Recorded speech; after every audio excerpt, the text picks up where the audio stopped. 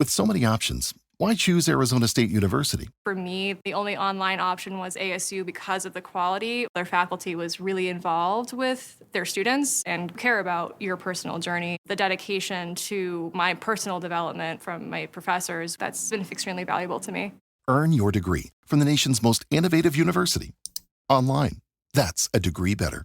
Explore more than 300 undergraduate, graduate, and certificate programs at asuonline.asu.edu. This is VSiN By The Books on VSiN, the sports betting network. We begin the Wednesday edition VSiN By The Books. Dave Ross here, Circus Sports downtown Las Vegas. He's our closer, Jensen Lewis, back home in the land. Jensen, what a show to have today on a Wednesday here. Of course, we're going to talk some puck in hour number 3 with JD. Jonathan Davis is going to join the program, and we're going to have Wes Reynolds to get us ready down in Texas. This week's PGA Tour event. So the great Wes Reynolds, who had an outright again last week with Minwoo Lee, getting his first win on tour. We'll see if Wes has got another winner for us coming up this week. But while you and I were sleeping, holy mackerel, we had some star of stars going on in the NHL, obviously Major League Baseball going on, and the NBA.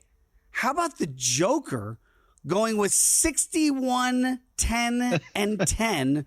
Only the third time in the history of the NBA they get a 60-point triple-double. But Russell Westbrook blows a bunny, fouls a three-point shooter. You lose by 1 to the T-Wolves, 140-139. But you still get the cash with Minnesota plus the 3.5.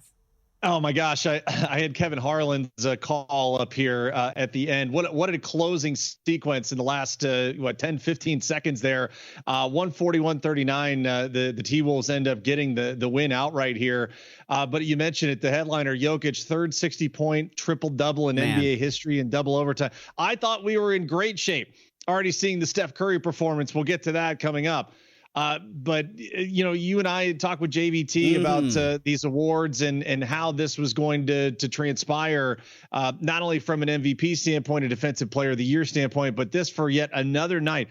We said that the closing stanza here, if Oklahoma City took care of business, would Shai Gilgeous-Alexander have enough minutes, have enough time to put up the stats that we're seeing with Jokic having to do it because Denver is fighting for playoff positioning? Another historic performance last night. The Joker is 9-1 to win MVP. He's not going to win it.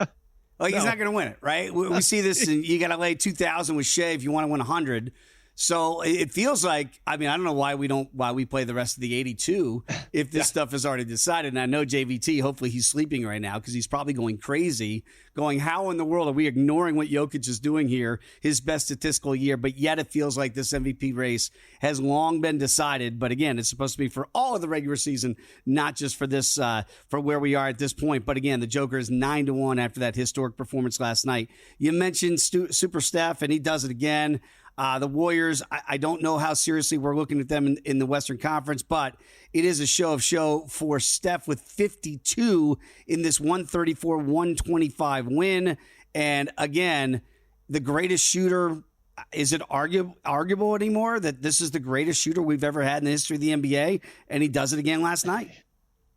Yeah, he does. And every time you look at the box score and you see 23 point attempts, that to me, and he had 12 threes. Okay. 12 for 20. We'll take it. Which is over 50% for anybody scoring at home. So it's not like he's just chucking them up and he's not making them.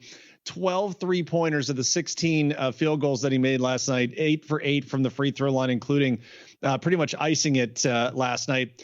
Here's the funny part. He was 2 assists from a triple double. Just saying, he had 10 rebounds last night. So, you talk about triple doubles of the most unlikely nature. Steph is definitely not that guy that you look to. But another huge performance, and you talk about the overall picture, right? We look at the Western Conference, and just the separation here yet again. Golden State, the 5 seed right now, that's just 2.5 games behind Denver. So a critical loss for Denver right there as far as getting into the top 4. So Golden State now just 2.5 games behind the Nuggets for the 3 seed in the West. They cover the 4 against the Grizzlies last night right there. And, of course, it goes over that total of 239, 134, 125, the greatness of Steph on display again. And, yeah, I'm looking at those numbers as they change ever so slightly here in the Western Conference. And I know, again, the inner JVT says, hey, it's the OKC Invitational. It is going to be interesting to see how these seedings play out in the West before we get there to see who actually wins the West, because those matchups could really determine that. OKC right now is still the betting favorite, obviously $1.40. Remember, we talked about this, Jensen, almost 2 months ago. Could have got them even money plus $1.05. So those numbers have all dramatically changed there in their favor. But when you look down the board a little bit, the Nuggets at 6-1, the Warriors at 750. It's the Lakers that have slipped a little bit to 8-1. Past that, they're the T-Wolves with that win again. I know maybe Russell Westbrook gave it to him last night, but at 20-1, they feel like that one team. With all due respect to, say, the Clippers at 18-1, it does feel like the T-Wolves at 20-1 might be the interesting bite of the apple if you're looking for a long shot. Well, and critical now, too, because they've won 7 of their last 10, including 3 in a row. Memphis has now dropped 4 in a row. And so they've come level as far as the loss column goes. And that's massive because the differentials we know between that 6 and 7 seed, you don't have to be in that play-in tournament. So Memphis sliding at the wrong time. And even there, Golden State's going to have to continue to keep winning because those two teams just a half game back of Golden State here. The Lakers better get it going, okay? and they better figure it out here quickly. Yes, 6-4 in their last 10, but still, this is not the well-oiled machine I think that management and JJ Redick want to have at this point. You want that crescendo. They haven't really had it yet. Yes, we had the pop when Luka came over in those first handful of games. But I tell you, it's still not a team I can back even at the number that they're at right now, DR. We mentioned that we're going to have Jonathan Davis join us here in hour number 3 to talk puck. Going to be a lot of fun to catch up with JD. Hopefully, if you're a VSiN Pro subscriber, you have access to everything he does for the night on ice. And he had written about Alexander Ovechkin and whether or not he's actually going to get there to that record, that hallowed record by Wayne Gretzky this year. Well, last night, 4-3 in a win at Boston. The Great 8 does it again. His goal number 891. He's now 4 away from breaking the record held by the greatest one of all time, Wayne Gretzky. It's still amazing to me. And again, you know me, Jensen, I worked in D.C. for a long, long time. And we looked at this stuff a decade ago and said, if you do that math, there's a chance that the Great 8 could get there eventually. He's going to get there. It's just a matter of it's going to be now or later. What do we make of it? Because each and every night, if this was baseball, if this was football, I know it's not necessarily something that captivates the entire sporting landscape here, but it is amazing what we're seeing out of Alexander Ovechkin. Well, it's not only, you hate to say it's a subplot because the big story is not only Ovi, but no one saw this at the beginning of the year. Dave, I threw pizza money on the Capitals at 30-1 to win the cup. I did not envision whatsoever that I'd be sitting here and looking at a Caps team that has the most points in the Eastern Conference. I did not envision whatsoever that they are pretty alive, considering what the landscape of the East may look like once those wildcard teams are settled upon. But hey, first and foremost, you and I still revel in the fact that if you take away Gretzky's goals just in of itself, he still leads massively in points, and it's still mind-boggling to wrap your head around. However, in our day and age now, to see Ovi doing it at his age, I think is also something we were thinking about how the game is bigger, faster, stronger, the speed, just the difference in the rules nowadays to back when Gretzky played. Amazing to see Ovi doing it and at the pace that he's doing it as well. There are markets out there right now, and there's one up at DraftKings for Alex Ovechkin specials. Here we are. Which team is he going to score that record 895 numbered goal against this season? Would it be the Blue Jackets at plus $1.50, the Islanders at plus 230, the Hurricanes at plus 425, Penguins at 475, and the Blackhawks at 15-1? So do that math, and you look at the schedule coming up here for the Caps. It's outlined there for you. So it's amazing that you can actually wager on when the Great 8 will beat the Great One's record. But it's just good for hockey. When we get to some of that in baseball as well, when you start talking about some of these hallowed marks that we have, and we certainly have one going down here with Alexander Ovechkin in Washington, D.C. Very quickly, Major League Baseball last night, your quick thoughts. We'll get to this as the program goes, of course, with the Daily Diamond coming up a little bit later. We're going to have our highlights and headlines. But when you saw last night a trend continuing right now in Sacramento, it's 2 nights in a row. It's 2 overs in a row, smallest of sample size.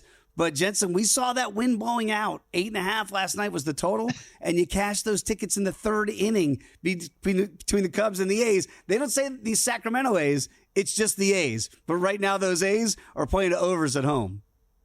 It's bringing flashbacks of when I pitched there as a member of the Reno Aces in AAA for the Diamondbacks. And I can't remember the ball traveling the way that it has. But again, that's why I tried to give people that insight of it's different when you have big league hitters hitting big league pitcher stuff in a spring training / AAA ballpark. Okay. And now you're kind of seeing, even with cold temperatures, if this is what's going to happen with cold temperatures, in the 40s, I think, by the time they got late in that game. Absolutely. If this is what's going to be, Dave, this is an auto over, and they're going to have to start hanging. I kind of made the analogy, might be a poor man's Coors Field. You're going to have to start hanging 10s and 11s the way this thing is going right now. Very quickly, we've got our first 9. That's going to be today with the Cubs still there. Jameson Tyon on the bump against Jeffrey Spriggs. So Spriggs on the bump here for the A's. It's even money, $1.10 either way, but that total sitting at 9, juice to the under, minus $1.18. So something that we'll keep an eye on. But again, the early returns, we're getting runs there. Oh, by the way, woke up and saw the Braves lost again. I wasn't mad about it, even though I was looking to the Braves side last night with Chris Sale on the bump. Jensen, they can't score runs. The Braves are still winless. It's kind of scary now because you have the chance to be swept for the road trip. Oh, wow. But I guess glass half full is that you're also playing the two teams that haven't lost yet. And so, I mean, it is one of those, okay, if you get out of the gates and you're running to the buzzsaw, we know we have teams that go in those different directions. So if I'm them, it's not an auto bet against the Braves on getaway day, but it's certainly something to look at for that first game back home. Like, is that off day what they need to kind of get rejuvenated and get back in front of their home faithful? Could I interest you in the Braves at plus $1.65 to win the NL East? The Phillies are another 100%. betting. The Phillies are another betting favorite. The Metropolitans are plus 250. Jensen, they're not getting off the Braves train. Still love the Braves. Still love the Braves. We're gonna have that stricken from the record. When we come back, Jensen, we're going to break down the Final Four. Are there's numbers on the move? We'll break it down for San Antonio on Saturday night.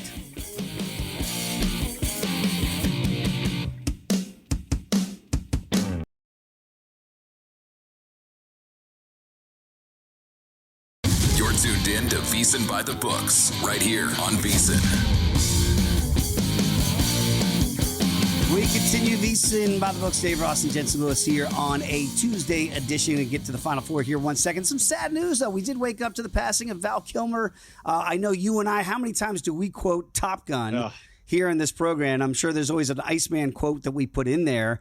And then, we got Wyatt Tomchek, who's upset about his Braves. But, Wyatt Earp, Doc Holliday, it might have been his greatest role for Val Kilmer in Tombstone, which is my favorite Western, because of the way he portrayed Doc Holliday. So a little bit of a sad news starter here in pop culture. And we always get on our movie critic, Brian Ortega, here in the program, who does a great job, by the way, in all seriousness, of breaking down the awards that you can actually bet on for the Oscars. But Jensen, it's the movies we like. These are the movies we like that will forever be the ones that we talk about. Val Kilmer should have won something for Doc Holliday in Tombstone. And no doubt. I was just thinking of you too. Of course, Top Gun, top of mind for us, and Forever Iceman in all of our hearts there. And still, shout out to Tom Cruise for keeping that scene. And I know you haven't seen it yet, but a pivotal scene in Top Gun Maverick in which there's an interaction between them. I know I cried in the theater. I think half the theater was in tears. I'm not going to spoil it for you, but I'm sure you'll see it on social media. The other one I thought of you today as well. If you remember the movie Heat, yes, where they're in that street scene, the reload of the clip, if I'm not mistaken, Dave, you being our military man, it was used as an example of the quickness to reload the magazine and used in videos to show how to do it. And so you think about just transformational things of, all right, it's a movie, but it actually had real life impact. And that was Val Kilmer for sure. I think we quoted it the other day here, Tombstone. Well, I'm no Huckleberry. That's just my game. I mean, his role in that is just cool. Doc Holliday shrugging off the shoulders with that shotgun underneath at the OK Corral. Val Kilmer, thank you for all those memories you gave us here watching those movies growing up. We're going to get memories in the Final Four. We do each and every year. And this year it's going to be in San Antonio. And I just don't know, sometimes you look at it and you go, hey, Houston, San Antonio, how did that get all worked out? Look, You didn't know who's going to be in it, but it is going to be a virtual home game for Houston. But Jensen, they played road games to get to San Antonio here, obviously going to Indianapolis, having to beat Purdue in that one. So what do we make of that home court advantage, if you will? Because I know Duke right now sitting at 5-point favorites in that tussle. I've been trying to get there on Houston this week. Does that play into it at all, that it is a de facto home game for Houston Cougars? Yeah, and John Ewing had this nugget on social media sent to you guys last night. Houston will be the 9th team in the last 60 years to play a Final Four game in their home state. Mm-hmm. Okay, so Final Four in San Antonio, obviously just a short a drive away there from Houston. 7 of the previous 8 teams, okay, Dave, won their Final Four game, and that one per Evan Abrams too. So I think that's something to factor in here. You and I at the beginning, when we saw what that number came out as, we're like, what? Like, really? 5, 4.5, 5, and it's up to 5.5. I think a lot of us believe that, depending on which book you're at, if that gets to 6, and we talked to Matty Humans about it yesterday, if it gets to 6, that's too far. And I even thought 5 might have been too far, or a bridge too far. Right now, DraftKings still having it at 5.5. 70% of the bets, 78% of the handle on Duke. But I got to tell you, man, and you know, I tell you, I'm selfish. I want my bracket to be right because I have Houston over Florida. But in the grand scheme of things, when you look at the matchup overall, on their worst day, do you feel Houston has the better chance because they have the best defense? Yeah. Or if Duke has their worst shooting day, because we have yet to see Duke, and we've said this all week, we'll continue to repeat it.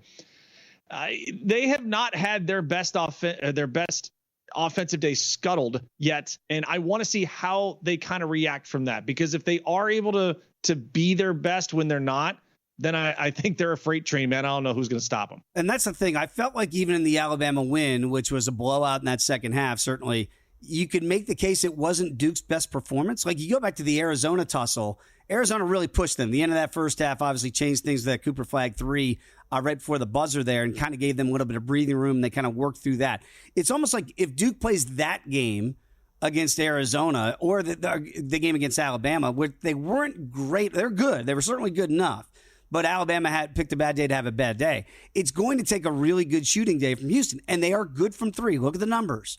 They're one of the best in the country because they don't shoot it with the volume, say, of an Alabama or an Arizona did against Duke. So I wonder if you're Kelvin Sampson, again, we talked about correlated plays here, if you can limit those possessions and get to the under 136, that's where you'd want to look at the Cougs.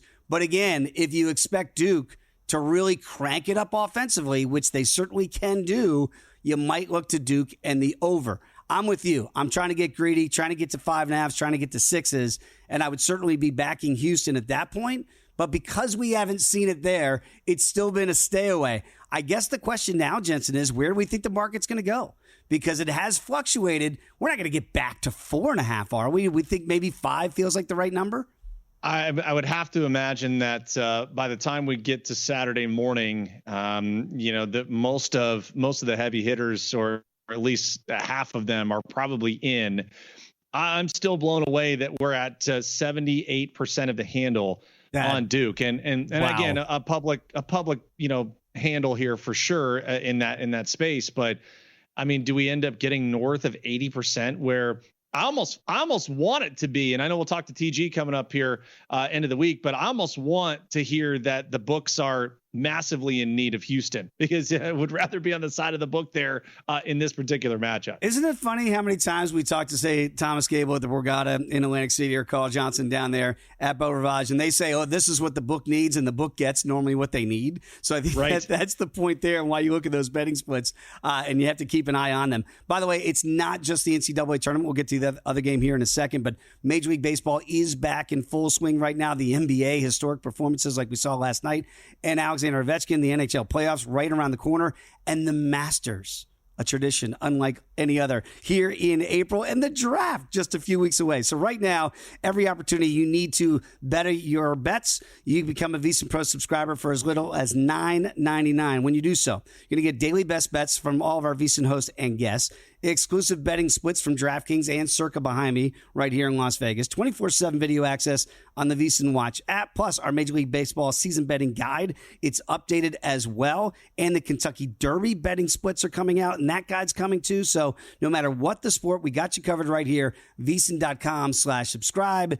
Do so today if you are not a VSiN Pro subscriber. Let's get to game number one, but it does feel like maybe the Florida-Auburn game, I don't want to say it's lost its luster because of the Johni Broome injury, but remember that old saying, no news is good news? Is that good news that we haven't heard any medical updates on Broome in that right arm? I don't think we're going to get one that would be so significant. The only one we would get is that he's not going to be able to go. And the only time you would get that is if he gets in the game, which we know he will, and something happens initially and be like, all right, that's it. He's out. And then that live line will adjust the way it is. I'm also with Matty Humans from yesterday. Are we really at this point going to have anything out of the Auburn camp? You know they're going to be buttoned up. There's no reason to try and let Florida have any competitive advantage whatsoever on the percentage of health that Johni Broome has. Interesting move overnight here. Okay, Dave. So we saw a little money come in on the Auburn money line, dropping Florida from $1.55 to $1.48. Florida's back up to $1.55 on DraftKings. So it feels like that's where the public was initially, but it feels like also some resistance there has started to come in. I mean, it didn't last there long. So the 2.5 might be the way to go if you feel that, Florida just takes care of business. But man, still feel like the number one overall seed not getting any love, and you're still getting a bucket or two with Auburn. That's not a bad way to go either. I'll say this. I've got a ticket, obviously, in Auburn at plus 675. I felt terrible about it once I saw the injury to Broome, because all of it was predicated on that was coming into the Elite Eight as favorites, obviously, to get to the Final Four, which they've now done after beating Sparty. But I look at it and I go, man, if he's a decoy, can they win? They can't win the game with him being a decoy, right? He's got to be arguably the best player in college basketball right there with Cooper Flagg all year. That you look at it and they need that in order to beat Florida, right? It can't be, hey, he's going to go out there and get you 8 and 7 and everybody else is going to be able to pick up the slack for Johni Broome. And I think you would have to have not necessarily Florida's first half against UConn, where they were very sloppy, turned the ball over, could not hit free throws. It's not that Auburn needs that to hang around. They're certainly athletic enough to do it. I just wonder, does Bruce Pearl try and just come out with pace? And if he does, trying to make this an up and down game. I mean, Auburn's played both styles. You almost feel, though, when they know internally what Johni Broome's going to be like day of, does it make more sense to slow it down to try and limit possession? That's where I would go. If I'm Bruce Pearl, look, I'm not going to tell Bruce Pearl how to coach here in the Final Four, that's for sure. But I'm with you, Jensen. Like, to me, that's the strategy I would look at. And to the under at 160.5. Again, pace. Do you really want to get in the track meet with Florida if you've got an injured superstar right now in Broome? To me, maybe you'd want to look the other way and slow it down a little bit, Bruce Pearl. All right, when we come back, can you handle the truth, America? We'll discuss next here at VSiN By The Books.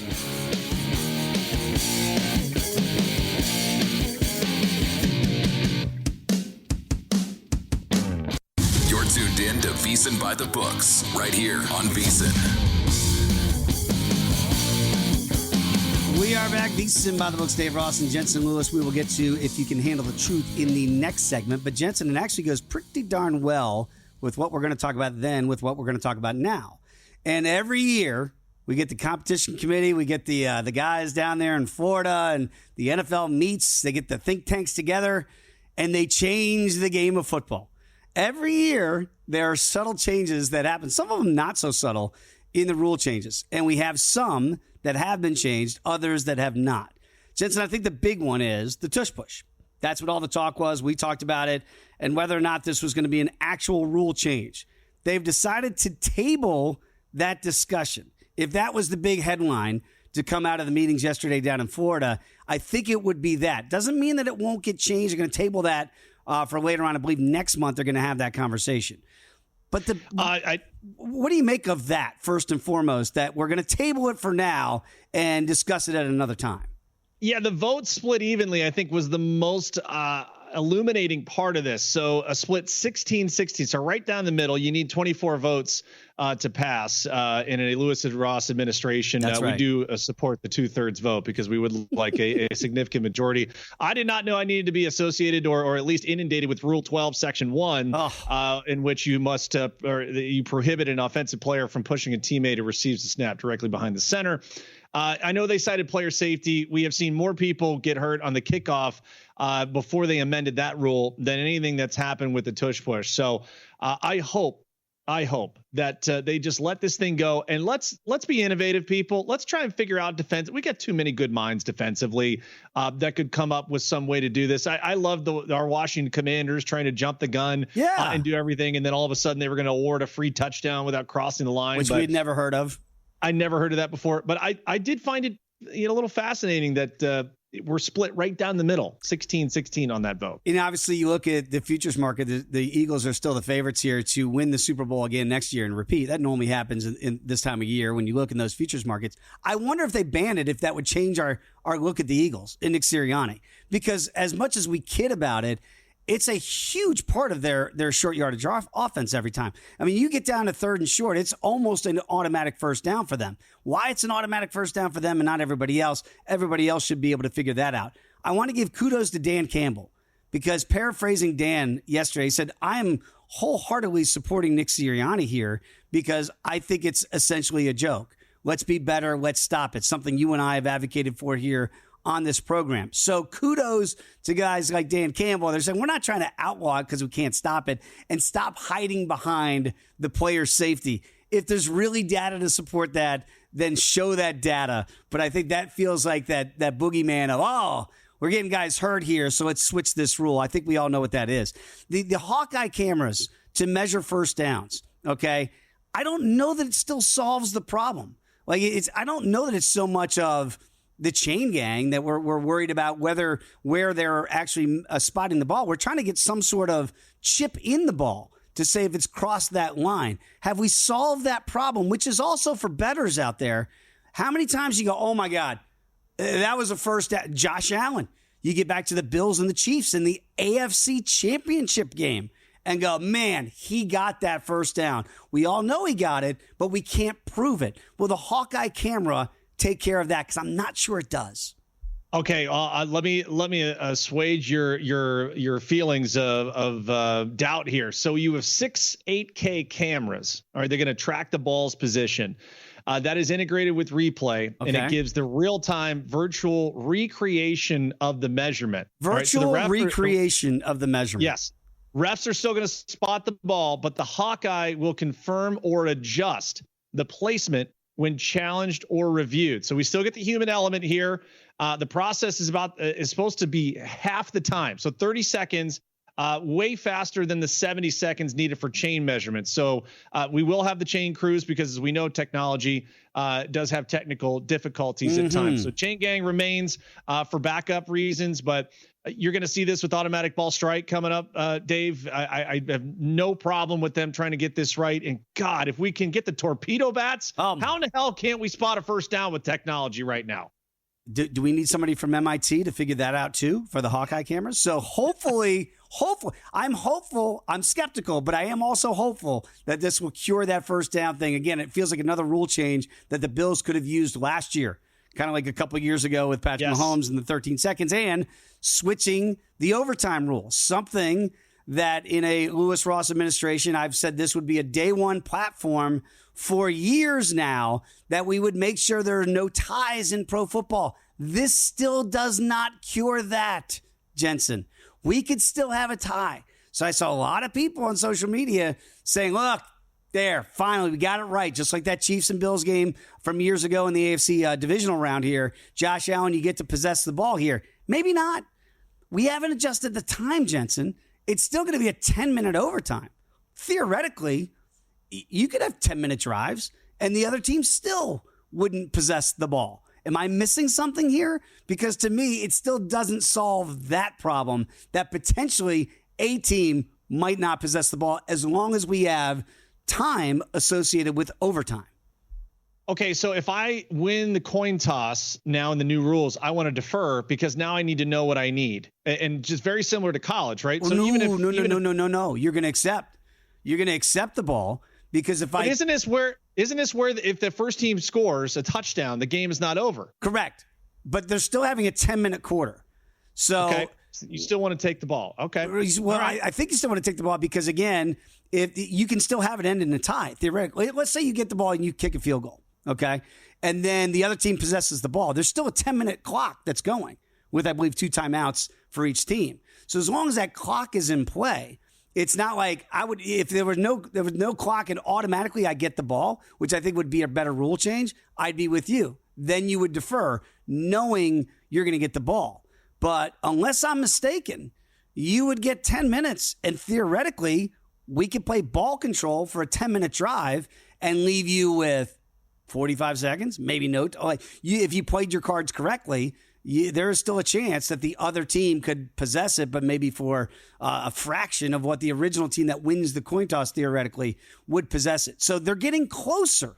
They're getting closer to ending my long-standing national nightmare. But you could still have a tie. And that is the problem number one here in overtime in the regular season, because obviously you can't have it in the postseason. Why can't we just make it the postseason rules in the regular season? That would solve all of that. And again, that would be the definite next step, or at least the final step to get there. So I'd be interested with the backpack gang in our analytics geeks would churn out there what the percentages are, and I wonder if it's opponent to opponent or it's just, hey, in your idea there, we'd rather have the ball and take it at our cadence. So very interesting. But hey, at least now it's not the hey, go score a touchdown ball game. Anxious to see how this plays out. And God, we were just talking about Circa Survivor the other day. All the implications now in the contest that it's going to have too. Let's just hope for everybody that enters those great contests out here at Circa that you do not lose on a tie, because you could still lose on a tie. I would just be sick to my stomach if that ever. And it's happened. We've had it happen in years past where you do lose your entry because of a tie, because of no winner. We're getting closer, NFL. I got faith in you. Maybe next year you'll finally get this right. Extended replay and expanded replay assist can only overturn called penalties. So we get that big pass interference. We get that penalty that's called there. We can actually challenge that with expanded replay. What do you make of that? Because I'm going to get to this in the next segment. It remains the one sport for gamblers, and it's the most bet upon sport that we have in this great country, that we go, man, I lost my bet because of a bad call. Can this help cure what ails us there? It should reduce the number of incorrect penalties, in those big momentum swings. I would agree. It should. And we wait to pass judgment until we get evidence in front of us. It feels very conservative right now. And I'm just anxious to see, God, all they need is opening night for something to happen for, let's say it's Eagles Lions. Okay. And that's the first, game where you get an egregious call, 2 minutes left, and they don't get it right. Oh boy. I can't wait to see how this plays out. I mean, technically in college football, they say that every play is reviewable, right? And they kind of go down there and stop the game very quickly. I wonder if the NFL, again, it's amazing sometimes you have to look to the lower levels to get it right. Again, we're getting closer, NFL. So I'm not going to pound you as much as I normally do every time this year. When we get to the competition committee, you're getting closer, but we're not quite there yet. But baby steps, NFL. Eventually we'll get there. You can get there every morning. You check out, you wake up, you want to see what's going on today in the world of sports, go to VSiN.com. As a VSiN Pro subscriber, $9.99. You get access to all of our pro articles, which include the great Wes Reynolds, who's going to be on our program in hour number 3 today, talking about the Texas Open. Yeah, no Scotty Scheffler. Everybody else might have a chance. Hoops Peterson got you covered with Major League Baseball picks, college basketball. Zach Cohen is up on it with the NBA each and every day. Adam Burke with his Major League Baseball best bets. Steve Mackinnon, great analytics reports for MLB and NBA. And Zach Cohen again with his NBA picks. Check it out now, VSiN.com, as little as $9.99. Can you handle the truth? We'll figure it out next here, VSiN by the Books.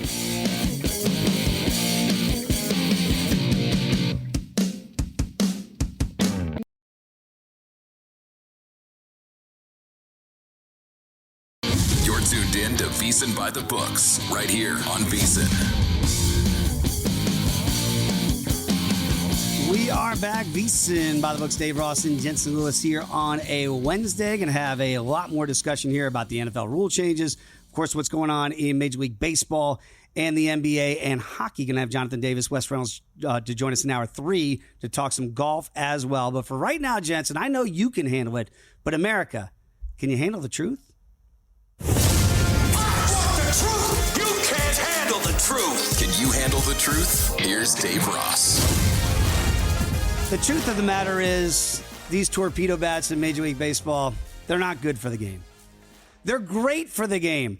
This is exactly what Major League Baseball needs, Jensen Lewis. After the first week, we're not even done with week number 1. How much talk has been in Major League Baseball around these torpedo bats? And I can't recall the last time we've had this much vim and vigor about Major League Baseball this early in the season. So I know there's always going to be complainers on the other side. They're going to say, wait a minute, this is unfair. You guys are giving them an unfair advantage. First of all, the torpedo bats are not illegal. They go by the specs of Major League Baseball. There's no scandal here. This is not the steroid era of Major League Baseball where we go, hey, wait, what are these guys doing? They're breaking the hallowed rules and they're breaking all the hallowed marks of baseball by doing it illegally. None of that is going on with these torpedo bats. As you pointed out, Jensen, yesterday in the program, these have been around for quite some time. They've only been implemented this year. Now we're hearing the rumor that Francisco Lindor was playing with this bat all of last year. There's no controversy, but yet some Major League pitchers, Jensen, are taking some issue with these torpedo bats. How about Matt Strom of the Philadelphia Phillies? He says, quote, if pitchers mattered in this game, maybe I'd have an opinion, but we get checked like criminals every time we walk off the mound. So I don't think our opinion matters anymore. I think they made that very clear. It's all about offense. So yeah, let's make more offense. Okay, Matt, this is not what the NFL has done. What the NFL has done throughout the years is actually change the existing rules for more offense. There's no changing of a rule here.